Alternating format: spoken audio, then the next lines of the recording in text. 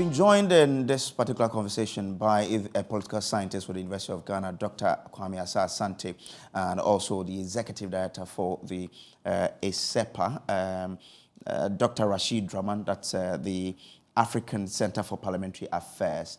Grateful that you could join us, gentlemen. But in studio here, head of our political desk here at Joy News, Evans Mensah, has been following this development keenly and joins me in studio with more on this. Evans, so you have been keeping an eye on this particular one, especially on what is happening in the minority front. What have you picked up so far? So this has led to a mini revolt on the minority front in Parliament against the leadership of the NDC. There are many who have gone public already.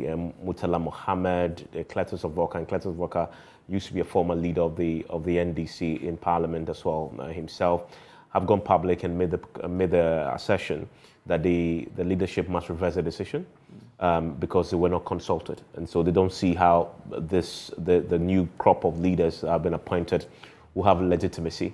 They've questioned the timing of this as well. Murtala Mohammed makes the point that they believe have the NDC on the ropes. Why do you want to throw this in and divert attention from the MPP onto ourselves, negatively so? And so they're disappointed by the decision. In fact, they express a concern that Harun Idrisu's leadership hasn't been one that they find issue with, and so they don't see why the party has taken the decision to remove them.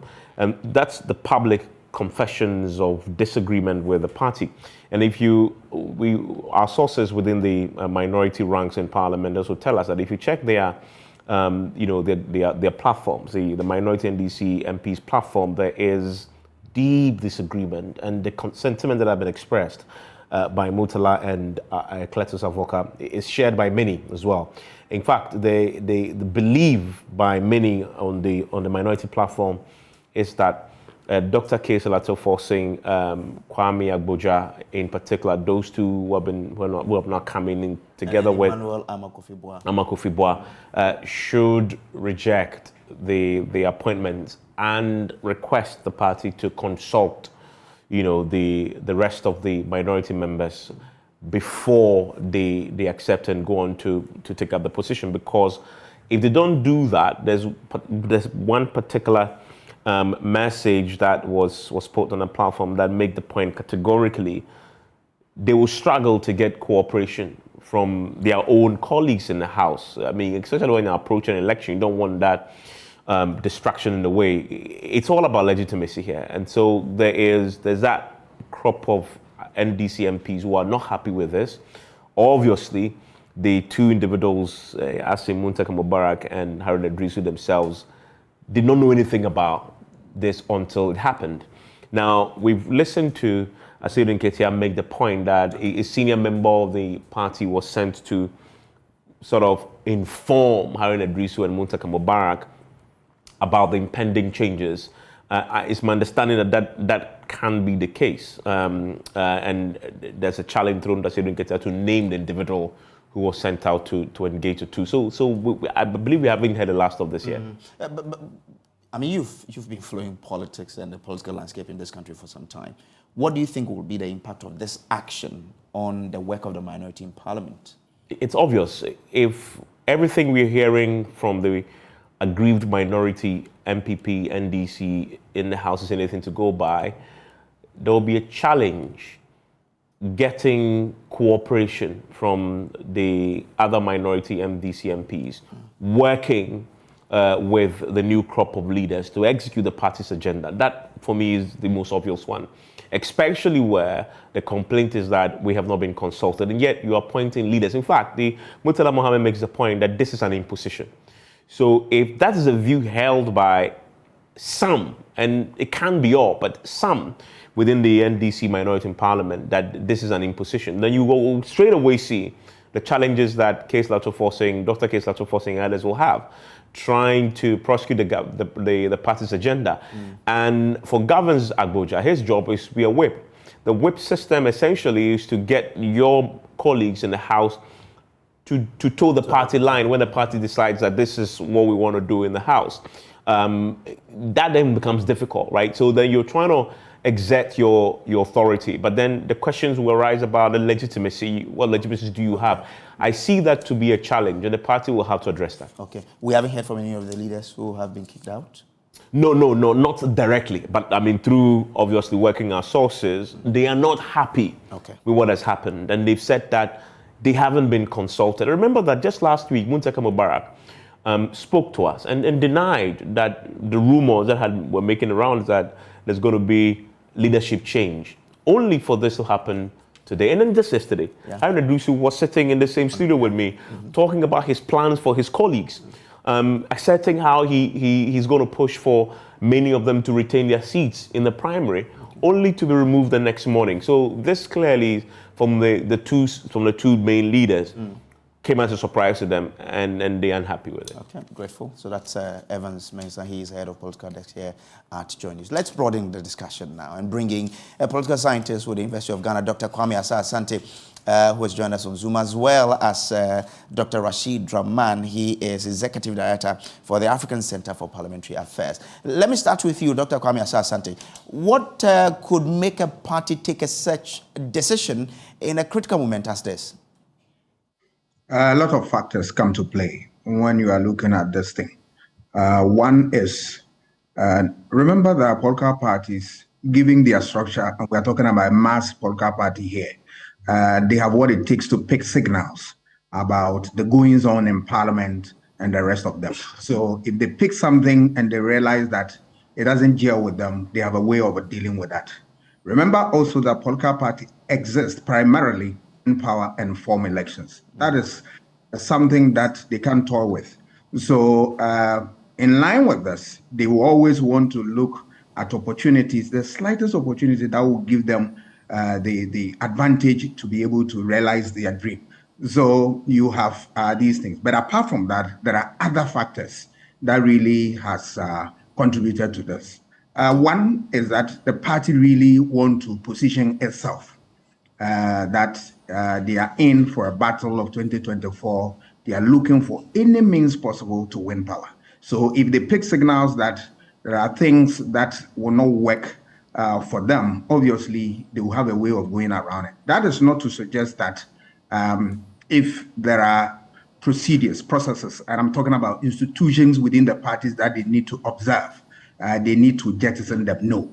But the million-dollar question is that if you look at the grief, the statement, the concerns expressed, you ask yourself whether the NDC has something written down in terms of rules governing decisions of this nature. Okay. All right, is it written in their constitution or any of the rules governing the conduct of the party? That is something that we are not clear about. But that is not to say that in a democracy, whenever you are taking a decision of this nature, you should ignore everybody. No. Consensus is the magic word that you need at all times. But as you get here, give us something to ponder over. Issue of what? The economy. That you need somebody with a know-how in economics to lead them. Even though that argument, yes, is a little weak, but it also resonates with research on the ground that if you look at the things that influence voter choices, one of it, the foremost, is the economy.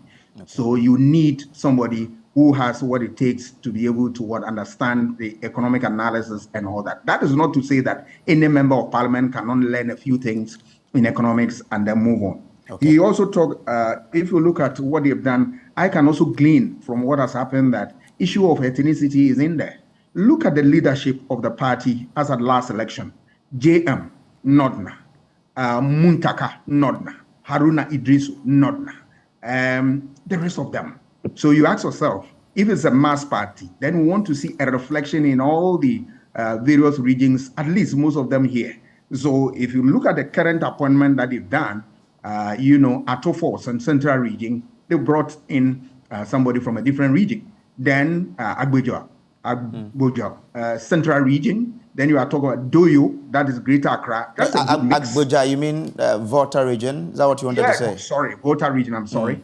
That's a good mix because take it or leave it, ethnicity is an important variable in election, except that we are silent about it. But political parties take due notice of this and then play it as and when it's necessary. Because if you don't, it is even the party's interest to applaud this type of change, in the sense that it will constitute the building blocks for election campaign. That look at your party leadership in parliament, you call it a mass party. Does it reflect that? So that is another one. Then they talk about issue of ethnicity. I've mentioned the economy is one important thing. But one thing that also comes to mind, that is from my own perspective, is the issue of performance. There's no doubt that the NDC leadership, outgoing leadership, had done themselves a lot of good.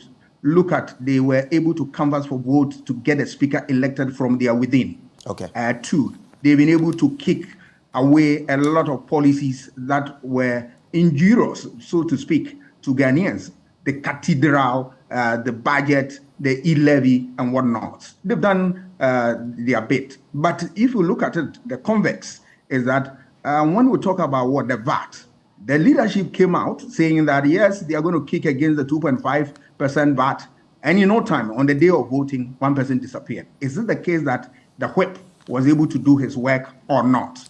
You also recall that minority leader himself, at a point in time, there was a program in Ghana here where he said that they have failed to do the oversight, their responsibility. They failed to, execute it very well. That came from the mouth of minority leader and all that. If you put all this thing together, it gives you an inkling, and that maybe all is not well. But remember, political parties exist to win power. They are not for fanfare. So yes, much as that, I don't support the fact that they ignore some of the democratic processes, ethos, and whatnot, but that they have business, and the business is to win power and form that government, and that is what we are seeing. Anyway, I'll come back to you on the same regional balance thing, because it looks like there's nobody from the northern region in there. But Dr. Rahman, let me come to you. You've been actively engaged in institutional, parliamentary, and public financial management, evaluation, and governance issues for the past 15 years, and have carried out pioneering work with more than 30 parliament and government in Africa, including the Pan-African ECOWAS Parliament and other parliaments around the world. How strange is this decision that the NDC has taken? Well, I think at the end of the day, it's the party that decides who their leaders are in parliament. And it's even the party that decides, when they have power, who becomes Speaker of Parliament. I think we are all witnesses to this over the years, that the party that has the majority will put forward their candidate. And over the years, it's always been the case that the candidate would win, except in this 8th Parliament. What is strange about this, I would say, is, two things. First of all, I am very surprised that the leadership of the party has not paid very serious attention to the nature of this parliament, where every single vote counts. It's not a parliament where you can afford, you have the luxury to lose maybe 1 or 2 votes and then you will still be okay. And then secondly, I think we are talking about a party preparing itself to win elections. You win elections, first of all, if you are united. I don't know whether they have taken this into account, that, if in the end we have a minority caucus in disarray, the first and foremost group that Ghanaians see as the face of a political party that is waiting to take the reins of power is the group in parliament and the performance of that group. If today we wake up as a result of this decision, we have the minority in disarray, they are going to present a portrait of a group that is not ready to take power. So that is why the strange part of it for me is the fact that maybe as we are hearing from, your colleague Evans, that some members have already come out to say the caucus was not consulted. For me, that is very strange. And in fact, if that is the case, it it makes nonsense of the whole idea of democracy, because, I mean, these are people who are supposed to represent us.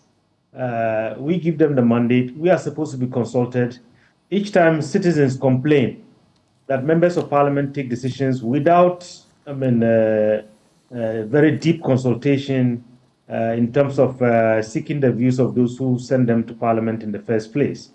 And then we have a party that is waiting to take on the reins of government, taking a decision without consulting its rank and file in parliament. And if that is actually the case, what you are going to have, as Evans has indicated, is that it's going to be very difficult to whip everybody in line. And in this eighth parliament, even if you lose only Haruna and Muntaka on critical matters that they need all the numbers, that is going to spell a lot of difficulty for the NDC. So having said all this, I think at the end of the day, they have a business of representing all of us in parliament. They have a business of being the party that's supposed to hold the government to account. So whatever the differences are, whatever the challenges are, I believe the leaders are listening. They must act very, very quickly, because we are hearing already that in Tamale there are disturbances. I mean, I don't know to what extent that is. True, you talk about regional balance and the need to have a good balance. But maybe in doing that also, you don't create a problem for yourself. That is very, very important. And I think the leaders would really need to carefully think about their next steps, and to make sure that those that they have put forward would have the legitimacy to have their word being taken by those that they are supposed to be leading. Because if they lose that legitimacy, then they cannot mobilize anybody. Okay. And we have seen over the years the leadership that they have in terms of performance. I think, I mean, for me, I would give them a lot of credit for what they were able to do for the party. They brought the party from a deficit of about 70 in the 7th parliament, almost snatching the majority in the 8th parliament. They did something that we never saw in the history of our country, getting a speaker elected from the minority group. For the first time in our history, I mean, I've been following this parliament for more than 20 years now.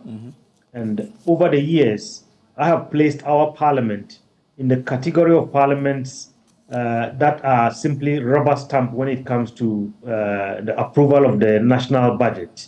Okay. We have 3 categories of parliament: those that have a lot of power, make budgets and so on; those that are just budget approving; and then those just simply are there to rubber stamp whatever comes. And over the years, I mean, our parliament has been in this 3rd category. In the 8th parliament, through these leaders that they have, I think we've been able to see even some rejections of sections of the budget. It was very pleasant to some of us, I mean, as people watching Parliament perform its oversight functions. So you put all these together, I think by and large, I mean, there might be some other reasons that we don't know of. But okay. I think the next few days will tell us. Okay. Dr. Asante, we've heard from Tamale, we've heard from Asawase. When you look at the leadership, it looks like they missed out on the northern region and missed out on the Asante region. What could be the possible impact on the party if you look at how the supposed regional balance had been handled? Oh, obviously, you can't satisfy all the interest when we are talking about regional balance, because you have only about 5 seats in terms of the leadership of the House. So you won't get everybody in there. But at least that effort to know that there exists a problem and that this problem I want to address, that's the way to go. Okay. So I believe that that the people will take in their strides and then move on. But there's a little history to this. In the 1980s, when the PFP lost election, Kwekuba and late Owusu Achambo challenged Victor Owusu for, Victor made a move to, change leadership of parliament. And these people rose up, criticized, and then they were expelled from the party because they hauled them before the disciplinary committee saying that they have gone against the party rules and all that. They were expelled and they went to court. Okay. Before the court would decide, and then there was a coup and all there is. So there's a certain background. But if you look at all these things, for me, as a student of politics, I believe and that these things you need to manage and manage well. Okay, all right. Because you are talking about leadership and you are talking about people who represent others in parliament and all that. So, yes, the decision has been taken. They need to take them in their strides and then work with this parliament, with this leadership. Why am I saying this? Because remember, Doc, I'm grateful to you. I think the point is well made here. But Dr. Rashid, before I let you go, how must the minority handle this? If you can do this for me under a minute. Well, I think for their own self-preservation, the last thing that they want to project is an image of disunity. Okay. So they want to clinch power in 2024. They need every single member of their party, particularly within parliament, to be together, to sing with one voice. So whatever they need to do from now on, I'm seeing the immediate backlash of this decision. I think the leaders have to get to work to make sure that power doesn't elude them in 2024. Grateful to you, gentlemen, for joining us on the Joy News Prime. We'll take a quick break. We will return with more stories. Stay with us.